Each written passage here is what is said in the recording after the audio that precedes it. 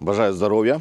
Сьогодні 8 березня 2024 рік і, як завжди, по п'ятницям розповідаю вам огляд бойових дій на Бахмутському напрямку. Розповім вам про велику атаку ворога на Іванівське, розповім, який зараз паритет у повітрі у нас та який план хоче здійснити ворог на нашому напрямку.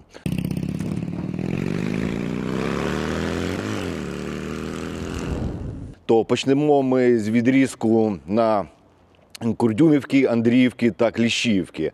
З минулого тижня там нічого не змінилось, ворог там не пройшов ні на метр, 93-я бригада свій відрізок тримає дуже міцно. Але це не каже про те, що 93-я бригада чисто тримає цей відрізок. Справа в тому, що ворог дуже активувався і на інших відрізках неподалік від Кліщіївки та Андріївки та Курдюмівки. То наша бригада ще допомагає іншим бригадам тримати ті позиції та нищити ворога. То у нас починаються такі самі цікаві події на Богданівці. На Богданівці ворог по самому селищі не пройшов, але десь метрів 50-100 він одну посадку взяв південніше, і там він зараз закріплюється. Невелике просування, але воно там є. Це велика праця для того, щоб ворог повністю не захопив Богданівку і не пройшов по трасі від Хромова до Часів Яру. І саме там хлопці дуже сильно тримають ворога. Саме цікаве у нас селище Іванівське. Ворог там на цьому тижні таку зробив атаку. Він пройшов з південної сторони Іванівки, почав обходити її, так як бачить, що по Іванівському він пройти не може. Чому є відео на каналі, як виглядає саме Іванівське, то рекомендую всім подивитись, щоб ви розуміли, як там взагалі воювати, як там тримати оборону, як там наступ робити ворогу, коли там все розбомблено і немає живого місця від усього села. То ворог пішов з південної сторони, зробив такий великий марш-бросок, він пройшов десь на 2 кілометри вперед. У бік там є канал Дніпро-Донбас, і він буквально до нього не дійшов 2 кілометри, а вдоль Дніпро-Донбаса, цього каналу, є дорога, яка веде до Часів Яру, там переправа є через цей канал, і далі дорога йде на Константинівку. От буквально він 2 дні так штурмував це все, і на днях, буквально вчора, наші війська відбили повністю їх атаку і повернули усі території, які вони захопили при цій атаці. Вони відтиснули ворога до моменту, як у нас було на минулому тижні. То всі намагання ворога пробити нашу оборону, вони скатились на нуль. Вони понесли дуже багато втрат, як і в техніці, в живої сили, і нічого вони не домоглись цим, що вони пішли так сильно в атаку в обхід Іванівського. Бо, хочу вам сказати, там в цей бік вже стільки артилерії розвернулось на Іванівське, що якщо туди хтось доходить, то вже ніхто не вийде із ворога. Так, хочу розповісти, яка тактика у ворога саме зараз змінилась. Всі гадають, що він просто Часів Яр йому потрібен і все. Насправді Часів Яр – це одна невеличка ланка до великого плану, який вони хочуть зробити. По-перше, їх плани справді треба їм для того, щоб захватити Часів Яр, їм потрібно захватити Богданівку, Іванівське, потім Часів Яр, і у них відкривається дорога до Константинівки. Це дорога там, де у нас ступочки, і по цій дорозі їм потрібно дійти до Константинівки. І вже бої, щоб були у Константинівці. І тим самим вони хочуть вирівняти фронт від Константинівки до Авдіївки, там, де зараз йдуть дуже сильні бої. І, до речі, хлопці там теж вже так стоять дуже міцно, і вже ворога потрошки вони відтісняють назад. Те, що вони захопили, там вже відтісняється. Що ми бачимо, що ворог потрохи якби видихається, неможливо постійно йти в атаку і нахрапом все брати. Так, їх дуже багато, у них і в деяких місцях є успіх, але вони не можуть його тримати довго ті позиції, які вони захопили.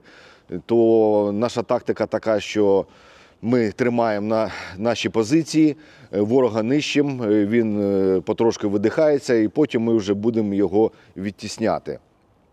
То, в принципі, загроза все одно у нас застається, що ворог йде на Часів Яр, на Константинівку, потім він буде розширятися на Краматорськ, і тим самим він хоче захопити повністю Донецьку область. Ну, це ми йому по максимуму не даємо зараз. Що у нас по паритету у повітрі? На початку тижня у новинах було, що у нас тут ПВО, там літаки збивають, там по статистиці багато літаків збили. І хочу вам сказати, от 2 дні у нас була тиша саме по кабам, по керованим авіабомбам. Їх не скидували 2 дні, а потім все повернулося на круги своя. І в день від 4 до 6 пусків керованих авіабомб від ворога. І ці авіабомби вони летять і на Константинівку, і на Часів Яр, на Лиман. І продовжуються саме бомбардировки такими важкими бомбами, бо там півтонни взривчатки і дуже руйнівна сила, ну, страшне. Потрібно більше ПВО для того, щоб подальше збивати ці літаки, які випускають ці бомби, і тоді вже нам стане набагато легше. Так, у нас додавалось ПВО на нашому напрямку, вони є, навіть сам бачив, не буду розповідати, що це за комплекси такі. Вони мобільні, пересувні, закордонні і дуже вправно працюють. То ворог уже не так залітає винищувачами до нас, гелікоптерів теж практично немає. Але цього недостатньо для того, щоб закрити небо, для того, щоб не було бомбардування цими кабами, для того, щоб зберегти наш особовий склад і далі працювати якнамного безпечніше. Також ворог застосовує і дрони камікадзе. Ми нарахували там за 1 день, з боку ворога було випущено близько 60 дронів камікадзе. Дуже багато ланцетів літають, у них аеророзвідка дуже така потужна, постійно там і Орлан, і Зала, і все на світі літає. Так, ми їх збиваємо, але їх дуже багато і постійно вони доповнюють усі свої втрати. І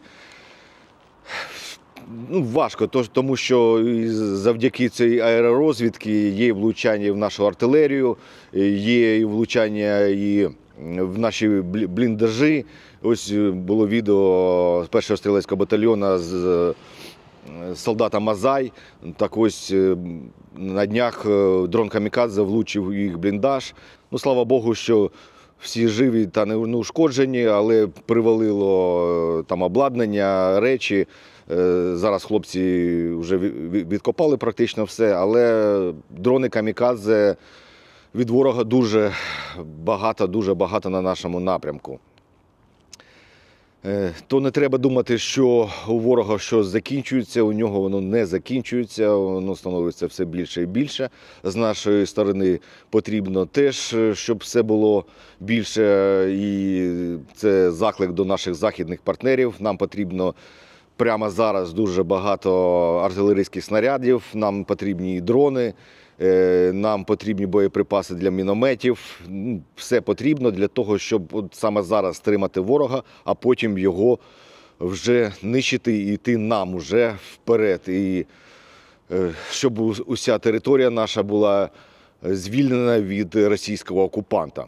Ну а сьогодні, 8 березня, і з нагоди хочу поздоровити всіх жінок України, жінок, які воюють у лавах Збройних сил України, жінок, які у тилу допомагають і щось роблять для солдат, які на передовій, жінок, які чекають своїх чоловіків, братів і усіх, хто воює на фронті. Вони чекають, вони дуже мужні. І завдяки тільки жінкам ми, чоловіки, дуже сильно стоїмо на фронті, і наш подарунок для вас буде – це тільки перемога. Я сподіваюся, що ця перемога буде саме в цьому році, і ми обов'язково переможемо, бо ми непереможні. Слава Україні, слава ЗСУ, а Путін – гандон.